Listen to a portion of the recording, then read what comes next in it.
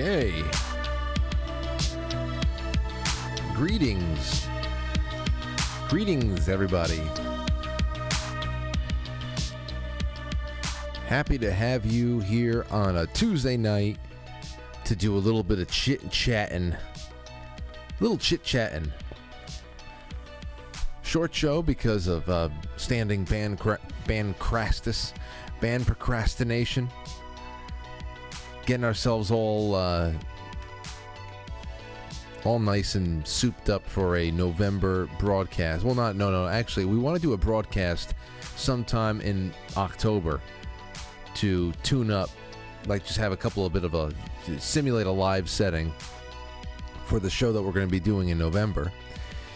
So we're just moseying along our way. Tonight, I think we're going to settle upon a cover song to put into the mix, because November is only going to be a short set, but we'll have plenty more time to play when we broadcast it live, not too long from now. But welcome to the show. Had a great time last night. Had a lot of great feedback coming in. I love it, and Rich Barris is a fan favorite, so very hard to miss when he comes on.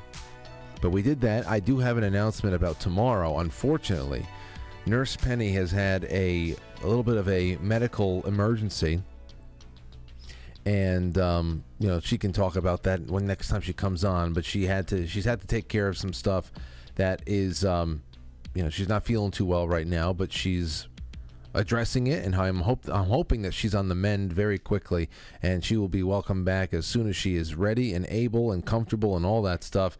Yeah, it stinks, because I really was looking forward to having her on tomorrow, and then with Dr. Eben Alexander afterwards, and just having that kind of that flow, that real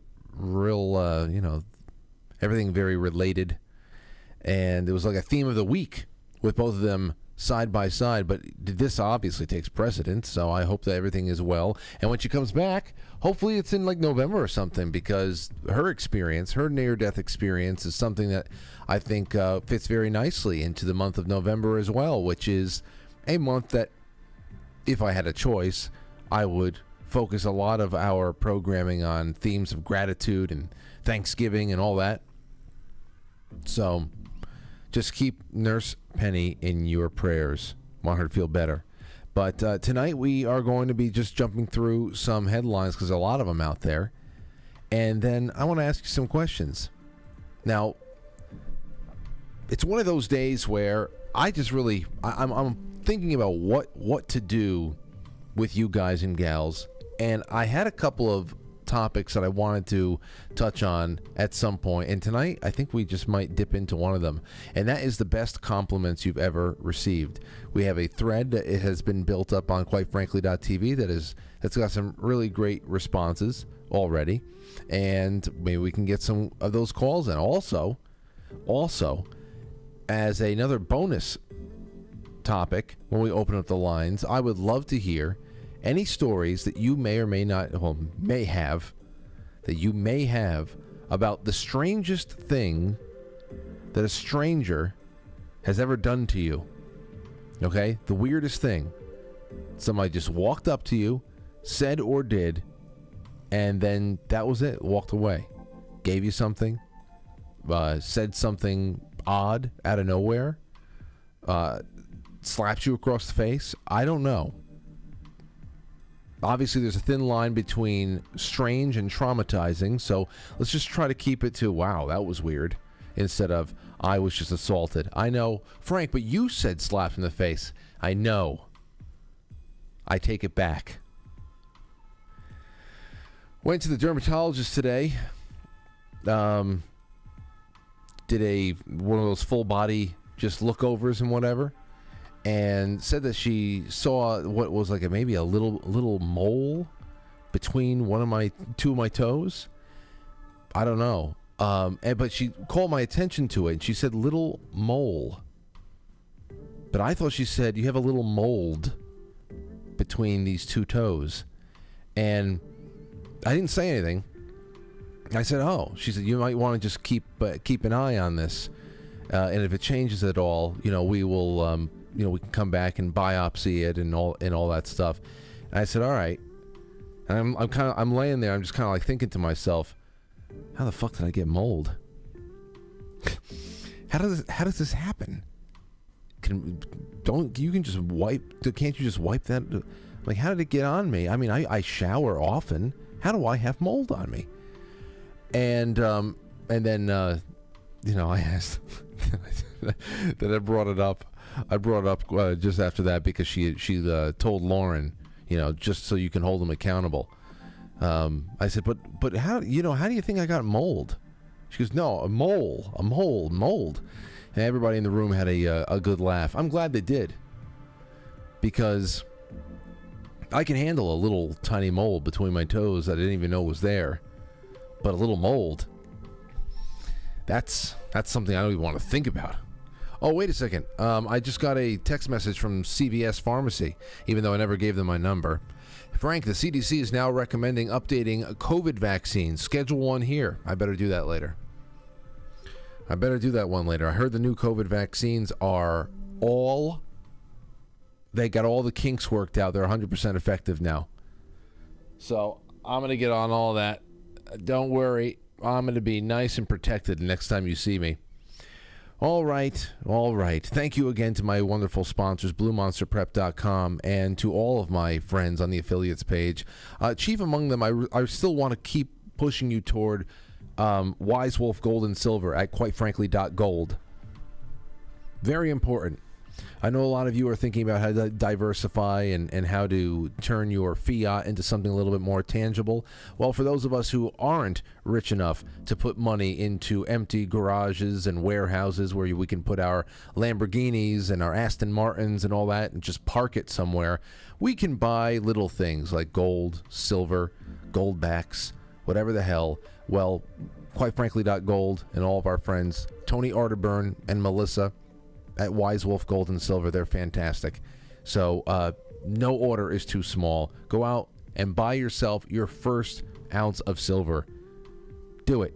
And also, start from now, because it's almost October, get gold and stuff, get silver at least, in your stocking stuffer ideas. Okay? I don't do much for my friends, but I give everybody a little bit of wine, a little bit of silver, a little bit of cigars, chocolate. I got to tighten my belt this Christmas. All this construction at home. Definitely, everybody's going to get a cigar and a piece of silver. That's it. Merry Christmas. All right. Let's jump into our grab bag, shall we? The first one up is from... did I set this up already? Did I not? There we go, yes. There's a new television show. Did you hear about this? That has been added to Max. It's called Naked Attraction. As reported by The Hollywood Reporter. Brutal, full frontal nude dating show, because they're trying to do something new on television without it just being porn. They're trying to just... How can we just... This is all they have now. So singles eliminate potential dates by scrutinizing and critiquing their nude bodies. In a controversial series, this is the craziest stuff I ever watched on TV, said somebody. One of the UK's most infamous dating shows, censored trailer below, was quietly added to the Max streaming service last week, and it's already causing quite a stir. It imported 6 seasons of Naked Attraction, a game-known show that promises to start where a good date often ends. So they get these people naked, like 6 people naked, and the contestant, who I guess is looking to, whoever's going to win is going to get a date with them or whatever, gets to scrutinize every inch of their body and judge their genitals and whether or not they like their feet or whatever. I saw that over here. In an episode, a single chooser critiques and eliminates 6 potential dates standing on stage by scrutinizing their fully naked bodies, which are gradually revealed one part at a time. Faces are revealed last, because who the hell needs that? When only 2 potential dates remain, the chooser strips out of their own clothes too, giving the remaining 2 contestants the opportunity to critique them. Oh, good. Now it's fair. And then the final couple go out on a date with their clothes on. They spend one night together, And that's the end of it. That's all. And the next season, judges are going to give the contestants colonoscopies. And the contestant with the least amount of polyps wins. It's like, where do you go from here with the exposure, the cutting open and splaying open of everything that is human? I mean, what else can you do? They'll find something. Colonoscopies, colonics, that'll be next. Colonic love line or something. All right, let's go to this disaster over here. Joe Biden, did you hear about this from Axios? Here's a scoop. Biden's team, don't let him trip mission. Biden and his campaign are working on a critical project for his re-election bid. Make sure he doesn't trip. They're literally trying to conceptualize how they can keep this man on his feet and not fall flat on his face or up a flight of steps. Although I must say, I was carrying my laundry up my steps, my back steps the other day, and I did trip forward up the steps. And I said,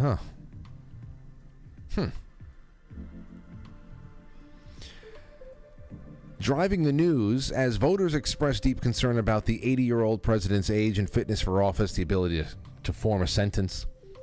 Biden's team is taking extra steps to prevent him from stumbling in public, as he did in June when he tripped over a sandbag at the Air Force Academy. I think he almost missed a step on his plane again today or whatever the hell. With a physical therapist, Biden has been doing exercise to improve his balance as far back as November 2021. Since his stumble in June, he has been wearing tennis shoes more often to avoid slipping and using the short stairs in Air Force One entering the plane on lower deck than before. Tennis shoes, depends. I'm waiting for him to whip out those big brown cataract glasses that you put on over your glasses. The sunglasses you put on over your... My grandfather used to have those when he went driving. They are gigantic plastic cataract glasses that you put on over your prescription glasses. I wonder if Joe Biden has a small bag of jelly beans in his pocket instead of a sugar in the case of a Sugarloaf. My grandfather used to carry on jelly beans as well. He was diabetic. In case he had a Sugarloaf, he'd have a jelly bean. So I hated those jelly beans. Jelly beans suck. Some of you out there really love jelly beans. I don't know what's wrong with you. They were the big, they're like the, they weren't like Jelly Belly. There's been a few Jelly Belly jelly beans that I thought were decent. They had some good, fruity, citrusy kind of flavors, and I liked them. But my grandfather used to carry around just the big marble-sized ones that were just blue, red, whatever, and they didn't really have any kind of a brand name or anything, and it was just balled up sugar. It was really only just a tool. It wasn't anything he enjoyed. But yeah, whatever else was going on with Joe Biden, all the tricks of the trade to keep that guy on his feet. I would rather be put on protective duty of some kind of VIP in a war zone than be responsible for Joe Biden walking. I'll be honest about that, because this brings me back to my time in the gym, working floor shifts at the gym. There is nothing more stressful than working a floor shift in a gym and having an elderly member shuffle into the room, book themselves some time on the treadmill, and then you are sitting there with your heart in your throat. You're positioning yourself very, casually closer to where they are, pretending that you're, dusting something, whatever, just to be next to them, because they have the treadmill on speed 1.5, flat, no incline, 1.5 speed, and still they're holding on for dear life, dragging their feet behind them. Like, please, God, please, don't let me be here for this. I've seen one person fall flat in their face, and it just, please don't let me be here for this. Why do you do this? If you're going to walk this slow, just walk down the hallway. Why are you getting onto a treadmill? What is wrong with you? Anyway, I'm serious about that. I would rather be doing a protective duty for some kind of a VIP in a war zone than being responsible for Joe Biden walking. Too much stress. Way too much stress. But the dog, the German Shepherd at the White House is having a grand old time. This dog, Commander, its name is, it's Biden's dog, has now bit another Secret Service agent. The 11th known incident. Look at that damn thing. Bloodthirsty son of a bitch. President Joe Biden's younger dog, who has 4 good legs, Commander, bit another U.S. Secret Service agent at the White House. Almost as many Secret Service agents that were brought down by Antifa and Black Lives Matter in 2020. This one dog is taking them all out. CNN has learned the 11th known biting incident involving the 2-year-old German Shepherd. Yesterday, around 8 p.m., a Secret Service uniformed division police officer came in contact with the first family pet, and it was bitten. The officer was treated by medical personnel on the complex. USSS Chief of Communicators, Anthony Guglielmi. Anyway, that's it. The 11th. He goes down. All right, next one. NFL and Raiders star Chandler Jones. Did you hear about this? There has to be more to this story. Take a listen. NFL and Raiders star Chandler Jones claims he was taken to a mental health hospital against his will by the Las Vegas Fire Department and forcibly injected after concerning posts online. Chandler Jones claimed he had been hacked after alarming social media claims that's not true. That can't be true. I never believe anybody who says that these days. I mean, you know, when Donald Trump Jr. was obviously hacked the other day, you can tell. You can tell when somebody is taking liberties with somebody else's account. Like when that rogue employee at the New York Post was printing all those fantastic fake headlines. It was like 2 years ago. We had the pleasure of reading through those. But I tend to not believe that this would be the case. Las Vegas Fire Department, he has now written in detail on the claims he was forced into a mental health facility.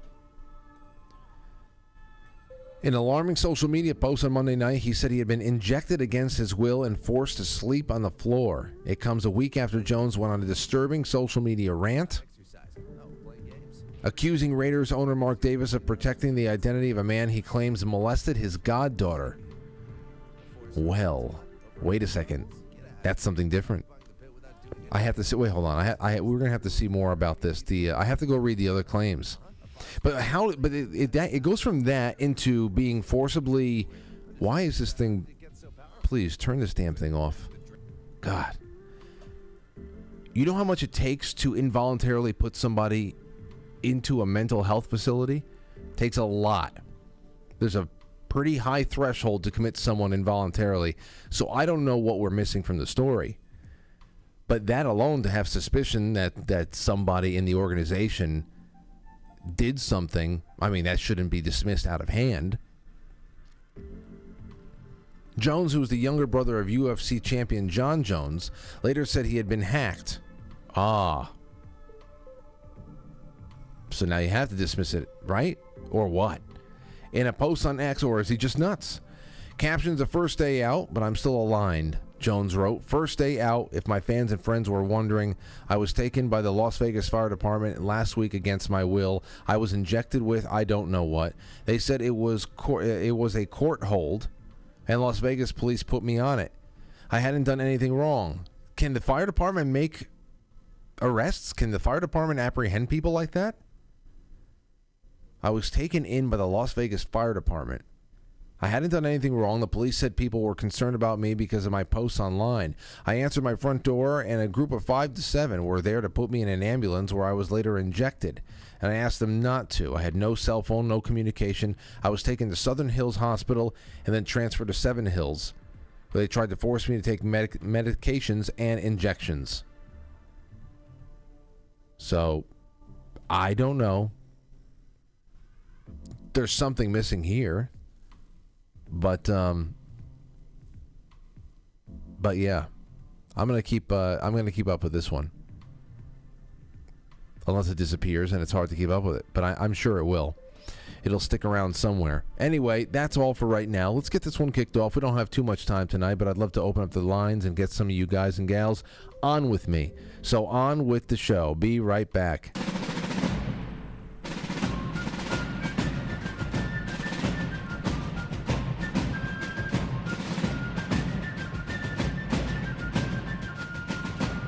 You let one ant stand up to us, then they all might stand up. Those puny little ants outnumber us 100 to 1. And if they ever figure that out, there goes our way of life. It's not about food. It's about keeping those ants in line. That's why we're going back. Does anybody else want to stay? Let's ride!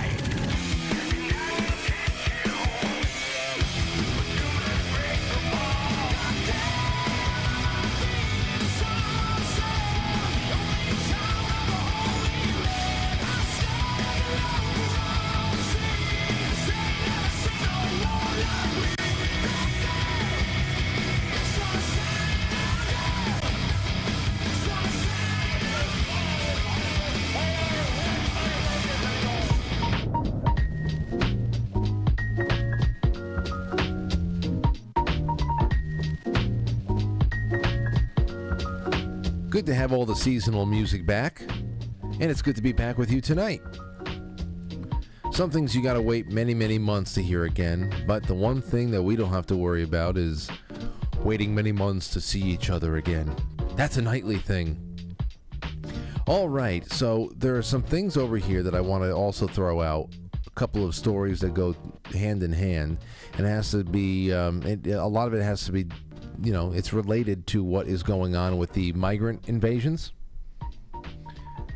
Because there is only, I don't know how I think that this is the final push. I think anybody would have to imagine that at this point. Sometimes you have waves, you have little things, you test the system and what it can hold, and then you have the final push.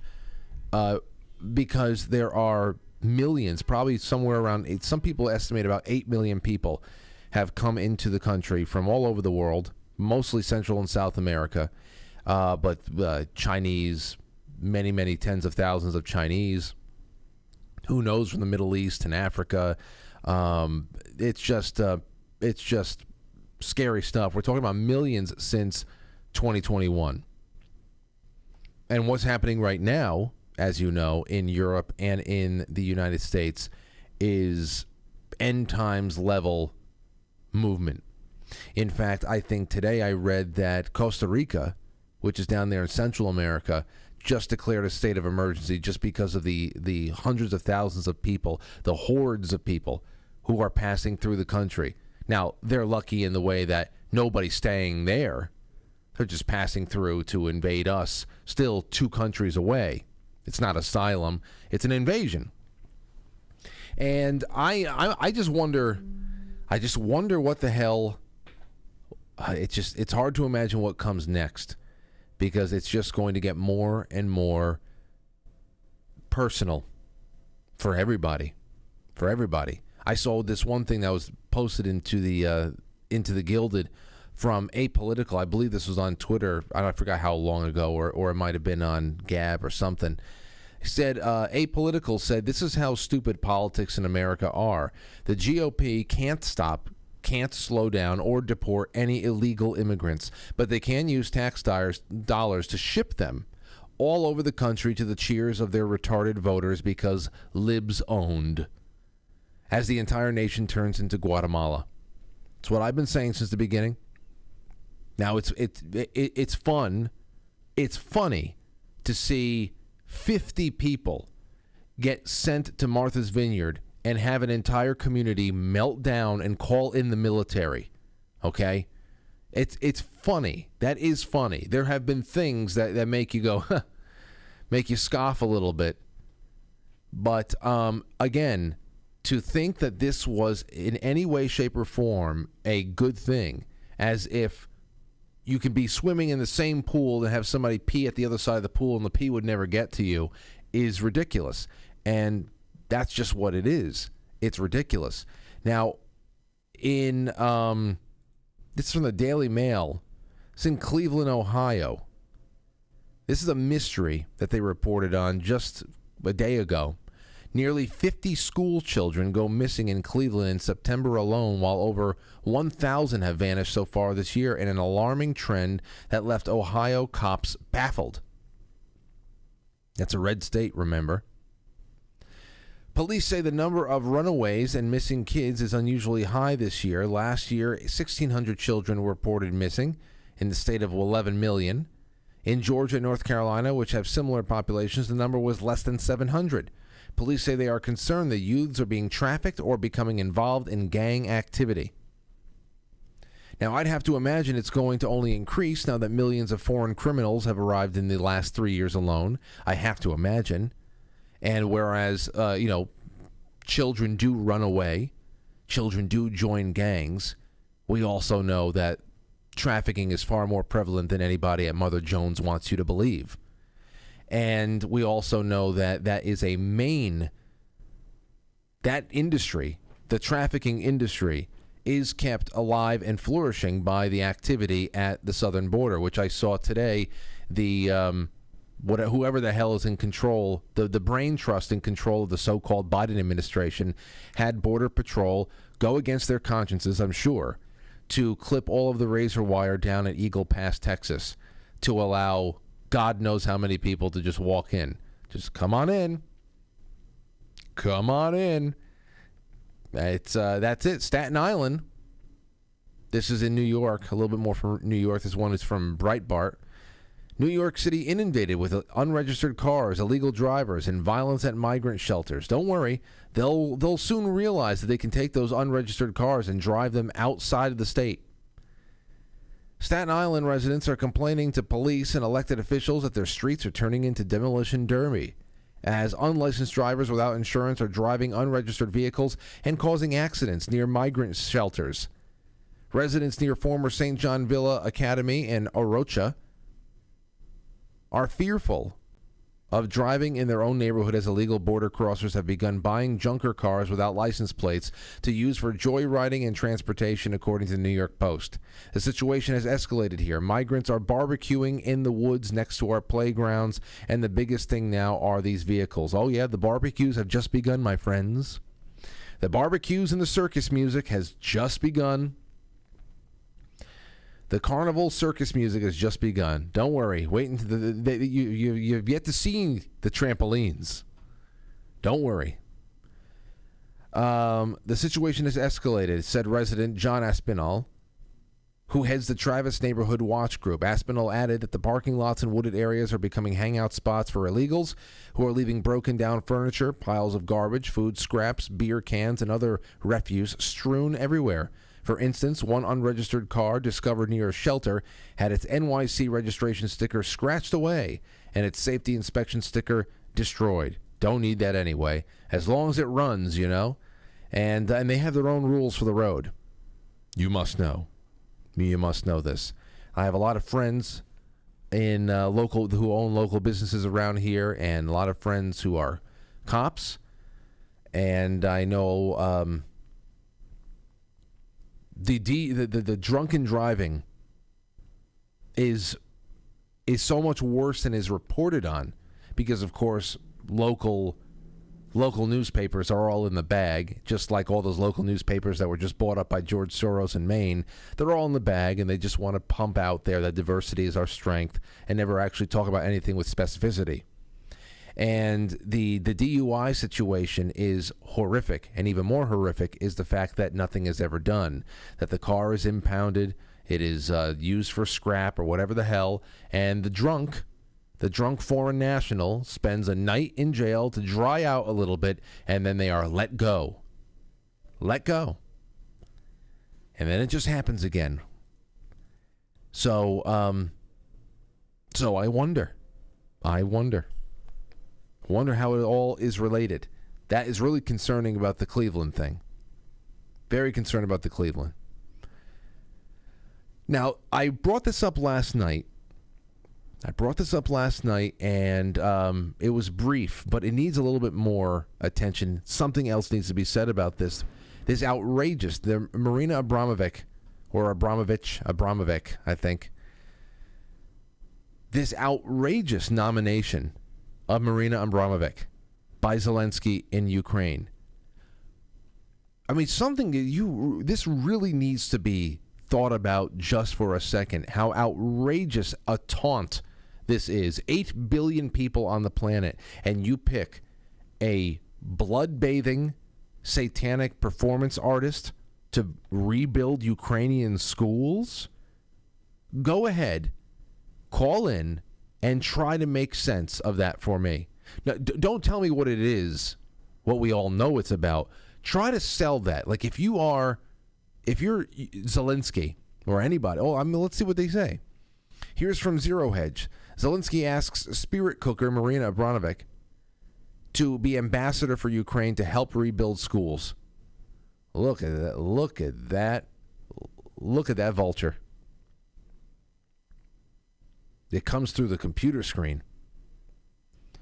Ms. Abramovic, a fierce critic of Vladimir Putin's illegal invasion, said the Ukrainian president had asked her for help in rebuilding schools. Quote, I've been invited by Zelensky to be ambassador of Ukraine to help the children affected by rebuilding schools and such. She added, I've also been invited to be a board member of the Babin Yar organization to continue to protect the memorial. The Holocaust Memorial Center to Jews murdered by Nazis in Ukraine was damaged by Russian missile attacks in March last year. The bombing of Babin Yar Memorial was confirmed to be a lie last year as well. So it's just, that is just an incredible taunt if you ask me. Now I want to open up the lines. The general line is 914-200-0269. I have not heard from anybody in days because I haven't been set up to take calls in days, but I would like to hear from you. It's general Q&A. You can call in with. And I also want to give you two other things. Number one, the greatest compliment that you have ever received. I want to know a little bit about this. We've had some great things that have come in already. I want to know about that. I also want to know if you have any stories about the strangest thing that a stranger has ever done to you. Okay? Remember, the fine line between strange and traumatic. Not an assault, not a mugging, something strange. They gave you something. They said something. They came and, I don't know, they said a very strange prayer over you. I don't know, but maybe you do. So let me know about that. We'll be back in just a second. I'm putting a little bit of a divider between then and now. Okay? Ready? Go. Earthquake. No, Captain. Genderqueer protest. This is where we assume them. This is where we fight. This is where they die. How many genders, boys? Remember this day. And it will be yours for all time.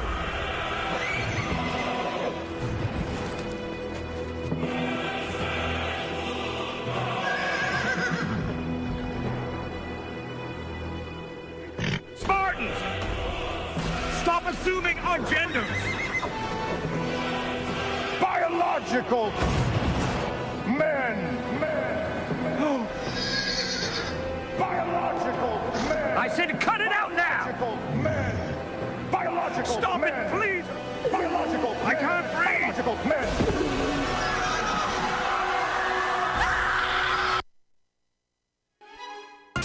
Because attached to conspiracies. Who's that nifty new dreamboat that has the dollies flipping their lid? It's Frankie! That's right. Join your Made in the Shade host of Quite Frankly. Quite Frankly streams live Monday through Friday, 7 to 9 Eastern, and everywhere you find your favorite podcast. Goose it on over. For everything else, it's quitefrankly.tv. Frankie! Woo! Woo! Woo! Filling every part of our praise. Your presence in this place, your glory on our face. We're looking to the sky. Descending like a cloud, you're descending with us now. Lord, unveil our eyes. You're the reason we're here. You're the reason we're singing. So open up the heavens, we want to see you. Open up the floodgates, a mighty river flowing from your heart, filling every part of our praise. So open up the heavens, Tower, baby. Look at how fucking elegant it is. It's way nicer than the White House. Trump should be there. Should be with us. I'll keep him safe.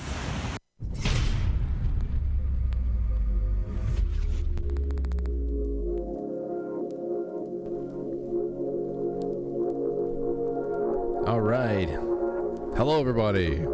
Let's take a little bit, take some calls. 914-200-0269. Hey, 917, you're on the air. What's going on, New York? Hey, how you doing? Who's this? David. David, welcome to the show. What do you got on your mind?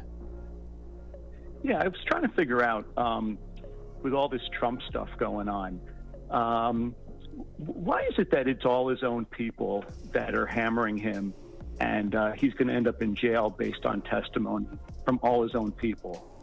You know, why is that? I can't figure that out. I don't know. Do you have any theories? Because because he's a piece of shit. Oh, you think that people who are leaned on by the federal government and pushed to go against somebody, that only happens because the person who's been targeted is a piece of shit? How are they being leaned on and pushed? What are you talking about? All they have to do is come in and tell the truth. Oh, they do. They do. Okay, David. They have to come in and tell the truth. So you've been rooting on everything. You've been rooting this all on the whole time. This has been a very, very enjoyable experience for you. I hope they tar him, feather him, and drag him through the streets. Well, then, David, I hope that you get what you want, because that means that the day that it happens to you ain't too far behind. Ain't too far behind. He did that. He said all that with a butt plug right up his ass. Talk about a guy who wants to get pegged. Holy shit. I don't care if you never vote for Trump.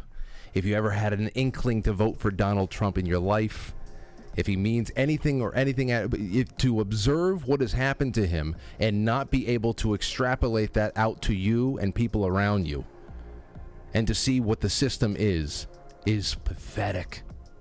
It's pathetic. David from 917. Unreal.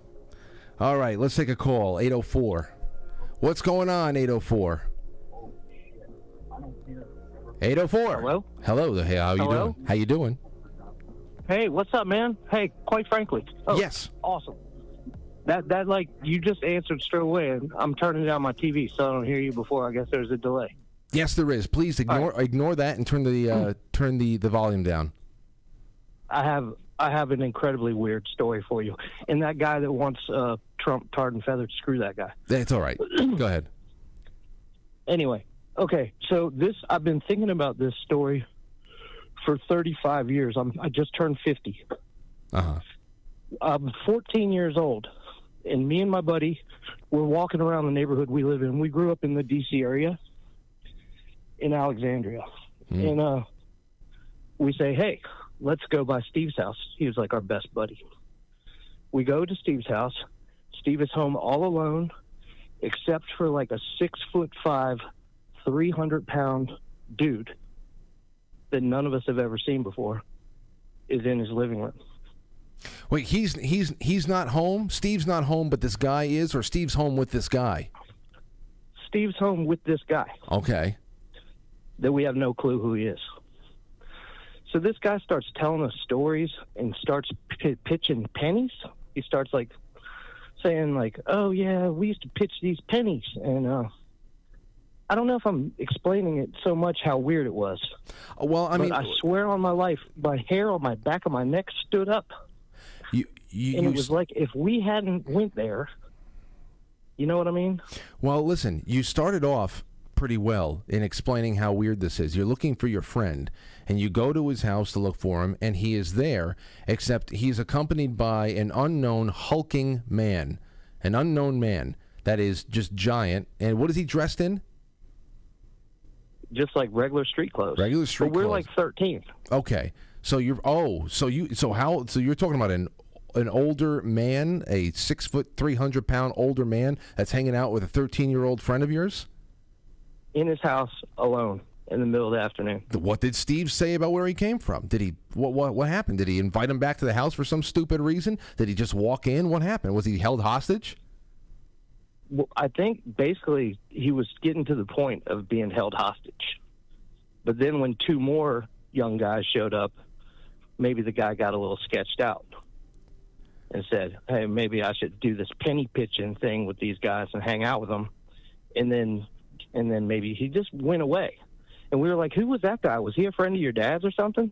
And the guy goes, and our friend Steve goes, no, I've never seen the guy before. He just knocked on my door and let himself in and just sat down on the couch and started hanging out. And you never seen him since?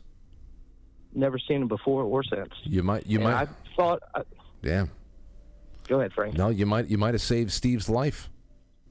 That's what I think. I've been thinking about this periodically every once in a while. And when you brought it up, tell my weird story, I was like, I got to tell him this because it gives me goosebumps to this day. And like I told you, I just turned 50. And this happened when I was 13 or 14. And there was something so creepy about this man. I've even gone and looked up serial killers, D.C. area, people convicted of murder, D.C. area, trying to put a face to it, you know, and see if this guy has been convicted of something. But I can't find him, or I never have found anything. But I've even brought it up to him later. I was like, man, I think that guy was going to rape you and murder you. But he retreated instead. Instead, he retreated back into the background of just whatever. He just left, and well, thank you for the call. That is very, very strange. Thank you for the call. More strangeness out of the D.C. area. Just went away, huh? 778, you're on the air. Who's this? Hi, Frank. It's Krista calling from Canada. Krista from Canada. Good to hear from you. Thanks.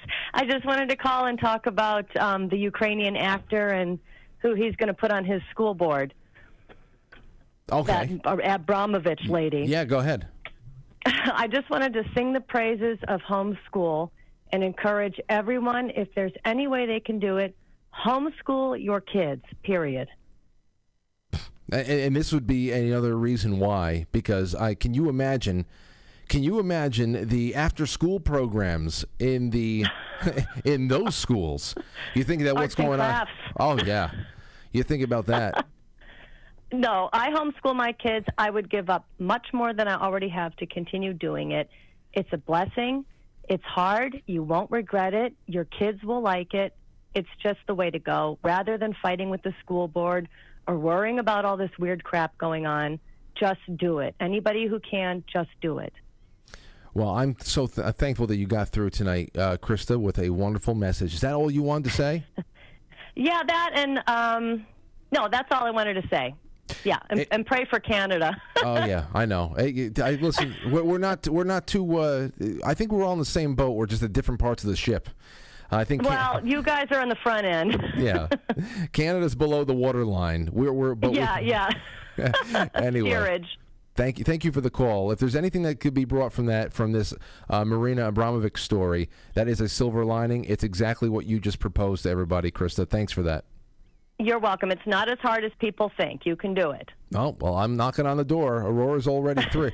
We're not waiting for kindergarten age 5. We've already started, and but I'm sure it'll get a little bit more organized over the next 24 months, and we're pretty excited for it. Do it. You won't regret it. Thank you so much. There you go, Krista from Canada. Let's take a call from Aaron Moriarty. What's going on?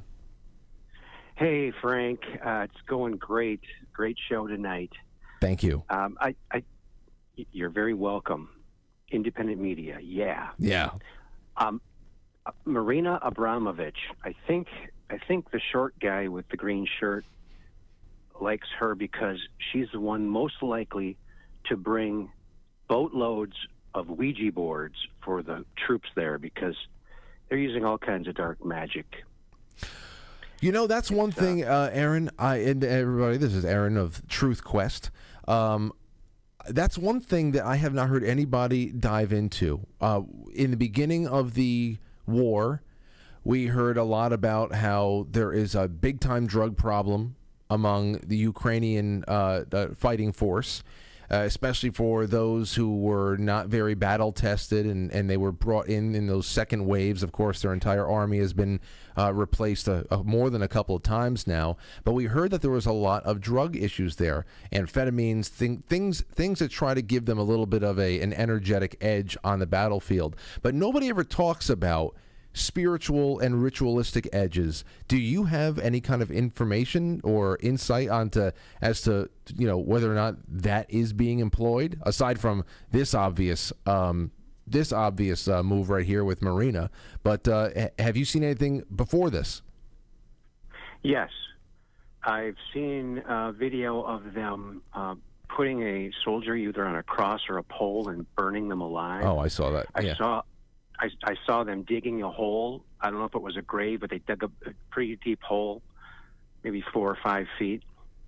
And the guy slashes his arm and puts his blood in the dirt, and they were saying something in Ukrainian.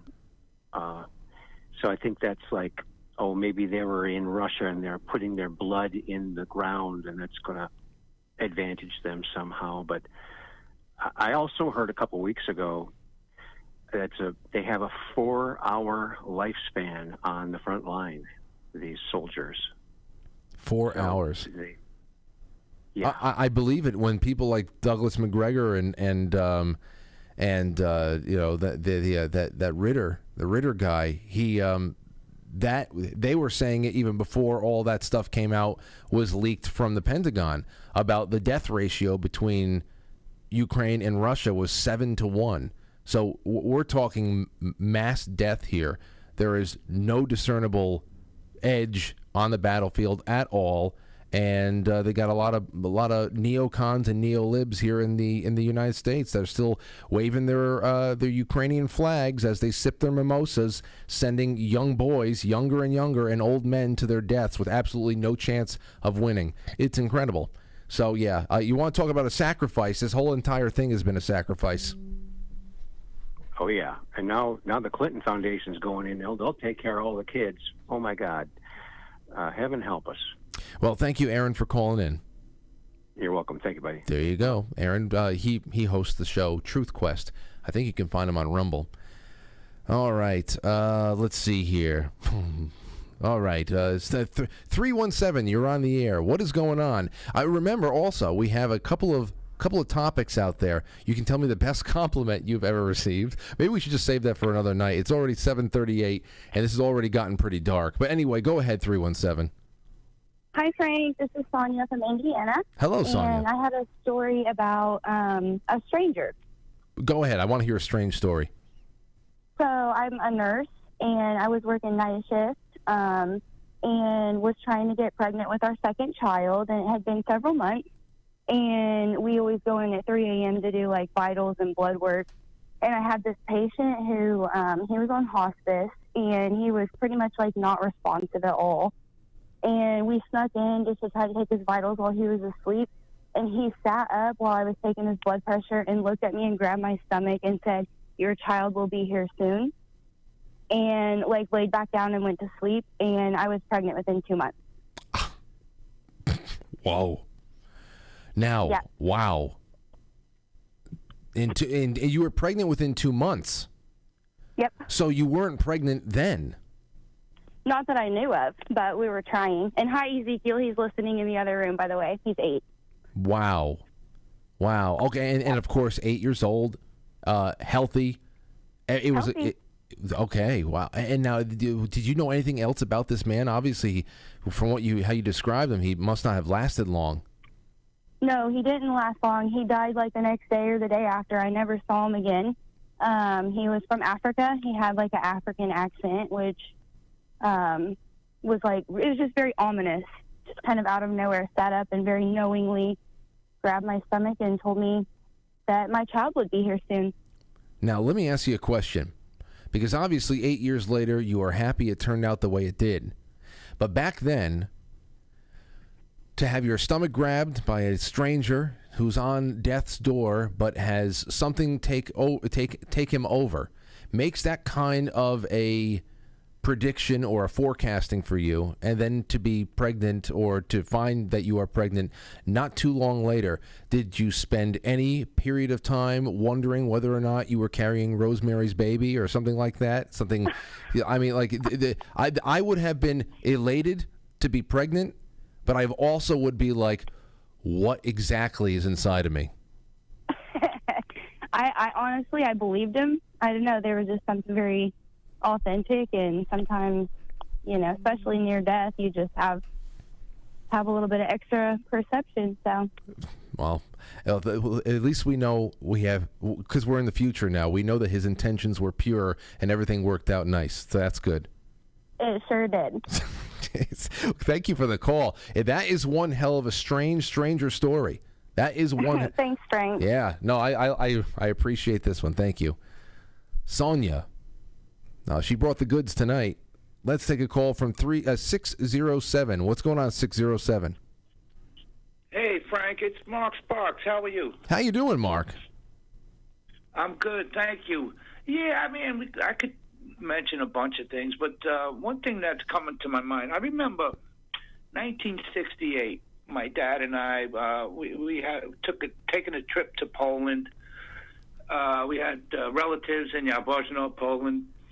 I had a great granduncle who had been in concentration camps, and he said if you took up the posts that hold the barbed wires, you would find his number. You know, because they had they tattooed their numbers on their arm, and you know, and then we went to see Auschwitz and Katyn, you know, concentration camps. They had, it's like a museum. I don't know. They had toothbrushes in one casing, hairbrushes in another. You know, they seen the showers. And, you know, what comes to mind, we were sitting around the table in the relative's house. They had a farm. And my dad started crying. And I said, what's the matter? He says, I'm not sure if we're going to get home because the Russians had just invaded Czechoslovakia. So, you know, it was pretty harrowing. I was 10 years old, and I really, you know, didn't know what was going to happen. But, you know, I don't understand the TDS. I don't understand for no reason. You know, and I remember Donald Trump, you know, the skating rink, you know, everybody's, oh, it's going to take so long. And the guy had it done in what, a week, couple weeks? You know, and all these New York Democrats that grateful that it was there, they could go skating, but they got Trump derangement syndrome. Listen, Mark, you got on the, well, as far as your first story, just sharing that story of being on the road with your father and being abroad when there is such a geopolitical event like that happening. I'm sure it was pretty unsettling for you to suddenly be so far away from home and finding yourself in that position. Obviously, you got back all right, and we're happy for it. But as far as the Trump derangement syndrome, it's I think it's sadder than the Trump worship, where you have somebody who is just it doesn't matter what he says is law. Like, I don't know. Like, I understand that people can just be loyal to a figure that has stood for something that they believe in and has taken some slings and arrows and has been relatable. I understand that, but it's beyond worship. The TDS, the derangement, the visceral, this whole thing where you have completely lost any kind of sense of connection to the past of what Donald Trump was in public life. Like, what, the entire time he was some genocidal crook. That was it, the entire time that he was doing the pageants and building up the skyline of New York City and getting NAACP awards and appearing in every movie. Cameo, if there was a cameo to give away in every damn movie, Little Rascals, to imagine Hitler was cast Hitler was cast in Little Rascals, the remake in the 90s. I mean, it's just you forget. Did they all forget? That's the more pathetic thing. I mean, and then the other thing there too is to say, well, to ignore all of the facts that we have a system that really is outside of the law for over 100 years. Everything is operating outside of the supreme law of the land that we were given, that we have codified, the only one that we have. Everything else is pretend. Everything else is pretend, okay? So the fact that everybody in Washington, D.C. is breaking the law in one way or another, and that all that really keeps that town and everything else that's connected to that town together is the tradition of skirting the law, skirting the rules, and just playing with a wink and a handshake. The fact that those people will, when they see any kind of an outsider come in, and you can say, well, Donald Trump's not an outsider. He's an outsider enough to where it caused them to be very, very uncomfortable. And they turned whatever the hell that loser into the loser that he is today. They had to do that to as many people as we know.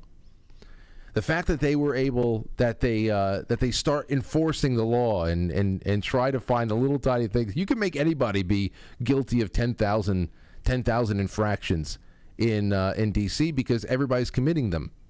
It's just that they reserve punishment for any of those infractions for people who don't belong to the country club. And, if that's the way you want to run a country club, that's fine.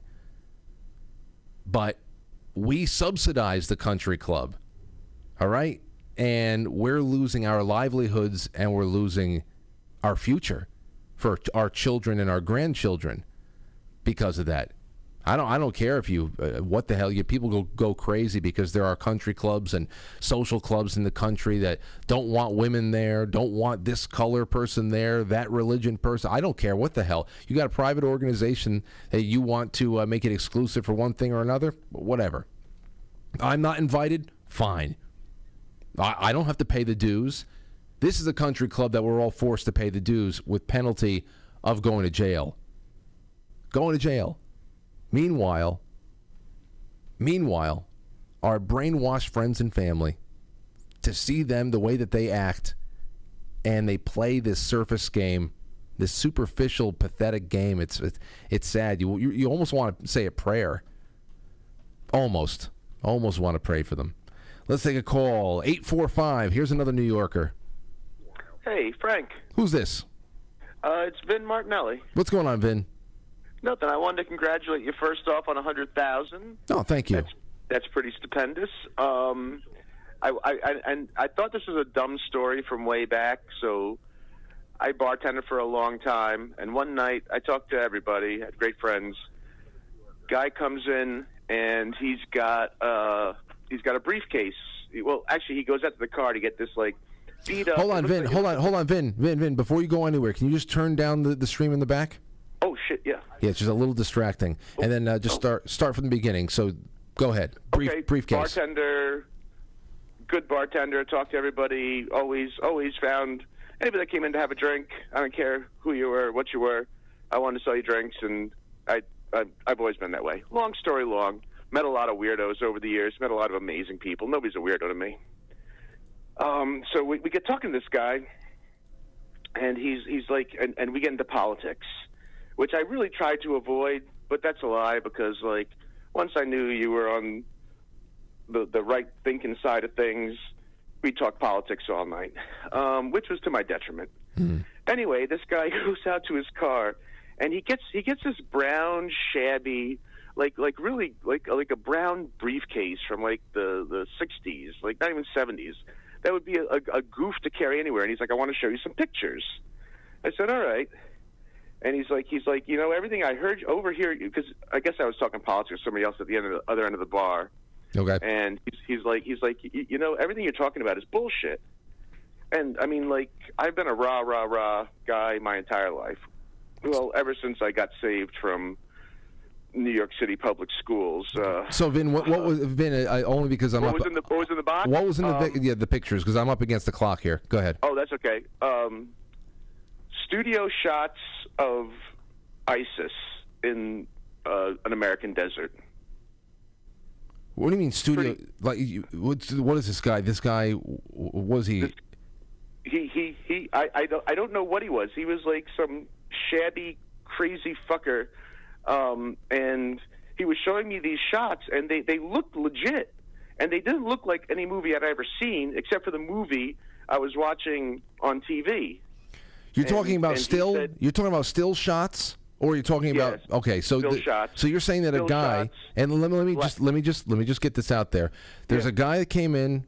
You're talking whatever about the world. He says everything you know is bullshit. He goes out to his car. He comes back with a box full of pictures. Inside of that box, some of those pictures look like studio-produced ISIS promo shots, as if he had an inside to a crew that was working public relations for ISIS. So I know you're running quick, so it's a long story. I really thought the guy was crazy. I discounted it.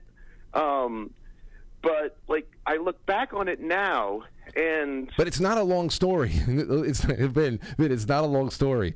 We just want to know what he was saying. These pictures were. He said these pictures were from the U.S. making up the ISIS story, concocting it, and actually using the desert in America to do these big, when they'd be like a bunch of guys in balaclavas waving black flags, and he said all the beheadings we saw on YouTube were all fucking faked. Not all of them were, but I wouldn't be imagined if. But there was a few that were very, very odd. Well, the first guy, and I mean it breaks your heart because we saw the family on TV of the very first journalist. Do you remember his name? As soon as you say it, I don't remember it right now, but. So I mean, Daniel, was it Daniel? It was Daniel something, and we remember seeing the parents after that happened. I don't remember. And it got me thinking, Okay, so Vin, listen. Okay. Yeah. He gives you these calls. He pretty much lets you in on that. He has these pictures. Was he part of the? So was he part of the crew? Was he part of the CIA? How did he get access to this kind of material? Was he the cameraman? That's the $1 million question, Frank. Okay, so he was. I never put together, and I never got that from him. Got you. All right, yeah, Vin. he was just some shabby dude with a shabby old briefcase but the pictures really did look like studio stills. They didn't look like he ripped them off his Epson inkjet printer. Did he have enough money to pay for his tab? He did. Okay. Yeah, he was good. All right. It was pretty cool. Anyway, Frank, congratulations on 100,000, bro. Thanks for letting me. I love your freaking show, bro. I love the call. I'm sorry I had to help you out there, but it's we don't have please. We don't have much time to stretch out tonight. But really interesting call. Thank you, Vin. Vin, thank you, and thank you everybody for the congrats on the one. It's one of those things. My mother even got in touch with me. She texted me and she said, then when she saw me again today, she said, "Congratulations on 100,000. Gonna have 100,000 people watching tonight." I said, "No." No, I wish. The 100,000. It's a nice thing to happen along the way. It's good to be able to enjoy things like this, but what 100,000 subscribers on YouTube really is a testament of time, especially a very specific testament of time for this show in particular, because we've always been throttled, okay? Very, very specific growth periods and then long bouts of nothing. Very odd what's happened with this channel. So whereas I do hope that something awakens and we're able to reach a little bit more of that 100K, it is a testament of time that I'm very proud of, and it's nice to take a moment to smell the coffee and the roses and just be thankful for that time. But Vin right there, that's an interesting one. A stranger comes in, disputes everything that you think is the way that the world is. Says, "Hold on a second, I'm going to go to my car for something." Now, you hope he doesn't come back with a shotgun. But instead he comes back with a ratty old suitcase, opens it up, and there are what seems to be pictures from a movie set. Pictures from a movie set that would make you wonder whether or not the CIA, which we all think have been making bin Laden videos for God knows how long, are also making ISIS videos in the middle of an American desert somewhere. Could it be possible? Could it be? I think anything's possible. All right, well, this is good. I wish we had a little bit more time, but we do not. So I'm going to go to our super chats, and we're going to wrap up, and we'll come back around to strange stories, because we're knocking on October's door. It's going to be a whole month of high strangeness. Jay Britz says congrats on 100K, and Trump rant, oorah. Jay Britz like that. Hey, now Frank, one more from Jay. Geez, he really blessed me tonight. Thank you, Jay. Now, Frank, did the trip upstairs occur before or after you having testicles in your mouth? The trip up the stairs. Oh, the trip up the stairs. Oh, that was just yesterday, I think, or Sunday. It was Sunday. I ate the testicle chili, the organ meat chili on Friday. It was part of our lunch. So I had a little bit of that, but there was pig head. There was cubed, and that was pretty good. I didn't shave anything off the actual head, but there was plenty of the pulled pork, all different types of variations of chicken. They weren't able to get the brisket that we were hoping for, and I thought for sure that there was going to just be a pile of ribeyes at some one place or another. I told Jay, hey, listen, next time there's just got to be a pile of ribeye. I want to be able to take a ribeye, and I want to be able to slap 3 over easy or over medium eggs on top of that and just chow down. But of course, there's a specific reason why we wanted to be introduced to organ meats over the weekend, and we'll be talking about that next week. Let's see. Dan Schumann says, well, Frank, you did it. 4.5 minutes in the ice bath. Tell us what the experience was like. I'm holding up my pledge of $100 per minute. Get yourself or your family something nice. It's an honor to support you and the show. Dan, you've been around for a long time, and you've been taking my breath away with your generosity for a long time, but this was totally unnecessary. Totally unnecessary. I'm going to do something nice for you. I gotta figure something out. Stove with his bets and stuff like that too. I gotta say, the ice water was very challenging, but it was awesome at the end. And if it wasn't for the help of the woman who was running that particular event, Nurse Jenny, with the counting and everything else, it would have been really rough for me to do it on my own.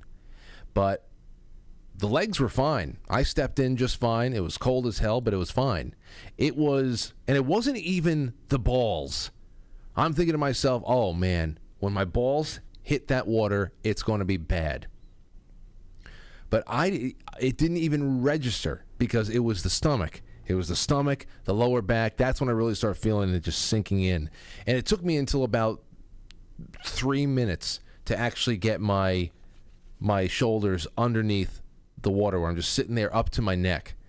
But up until there, I thought I was in. I really did think I was in because I lost all of my... It was really an outside... You lose, to a degree, your sense of feeling. And your body almost becomes the water. It's very odd because it's not as relaxing as that sounds. But I also had a little bit of a hard time understanding just how far I was. My shoulders were out a little bit more than I thought. But anyway, yeah, 4.5 minutes. Got out of there, did a little bit of the sauna, then got into the jacuzzi. And it was a really great day, and I was relaxed.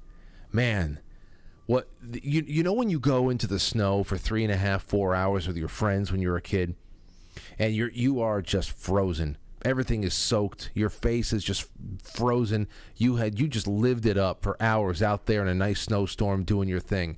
And then you come inside, you put on all dry stuff, and you just thaw out, and you are just floating in like this gooey feeling of euphoria. It's that times 10 afterwards. I'll tell you, it was a little bit of a struggle driving home that night. Because I wanted to drive home that night so I can be home by around, midnight, 1 a.m. And I had a lot to do on Sunday with, Anthony's birthday, a belated birthday celebration, some things I had to do around the house, and testing my technology for the show with Matt Christensen that evening. So I had to go home Saturday night. But when I left at 9 o'clock in Vermont, and I got home around 1 a.m. almost on the dot, because I had to drive. First of all, the first 2.5 hours was all in rain.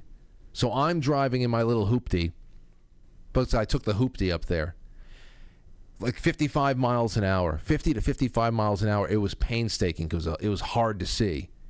But I took advantage of the clear spots, and at least 40 minutes was added to the drive. Should have gotten there around midnight, but I was tired because I was just so relaxed. So I'm going to try to find a suitable tank that I can use here at home, and I'm going to do it. I'm going to get my brother to do it with me. Not in the same tank as me. We're not the Krasensteins. But I would say, just to be like, okay, I know he'll do it because he's done the cryotherapy before where they put you in like the iron lung and they put it down to like negative 200 degrees. They bring it back to like negative, what is it, Kelvin? What do they talk about? Absolute zero? For like, 3 minutes. So I know that he would do a tank that has 47 degree water in there.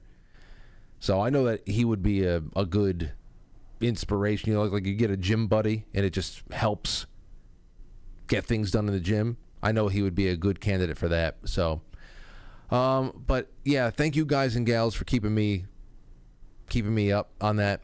Dan Schumann, Stostube, everybody who made little bets with me. That really, I knew I couldn't puss out. And I didn't, which felt great. All right, let me go to the Rumble rants real quick. Make sure I didn't miss anything. Here's one. Jay Semo says, Frank, love your show.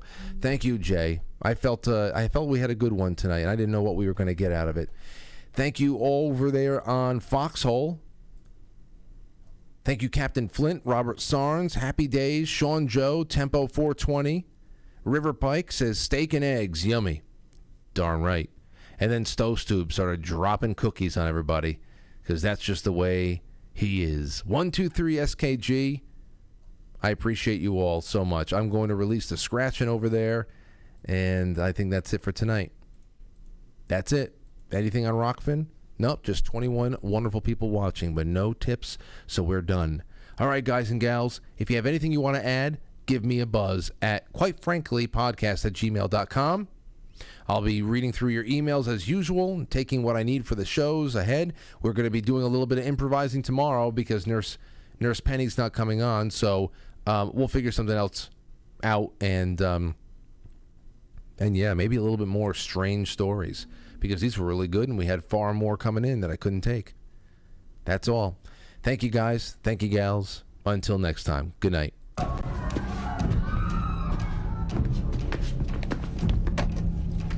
Good night.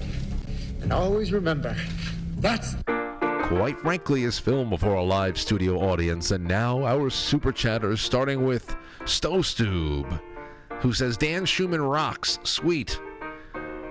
Thank you guys so much. Thank you, Jay Britz. Thank you, Dan. Thank you, Dan, so much. I'm going to start opening up the opportunities for business sponsors out there to become a sponsor of the actual studio itself. So every night I go live, I will be going live from the so-and-so studio. Just putting it out there. All right. Good night, everybody.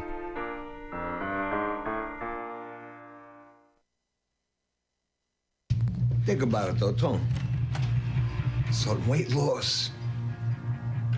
AIDS? Nobody's got AIDS. I don't want to hear that word here again.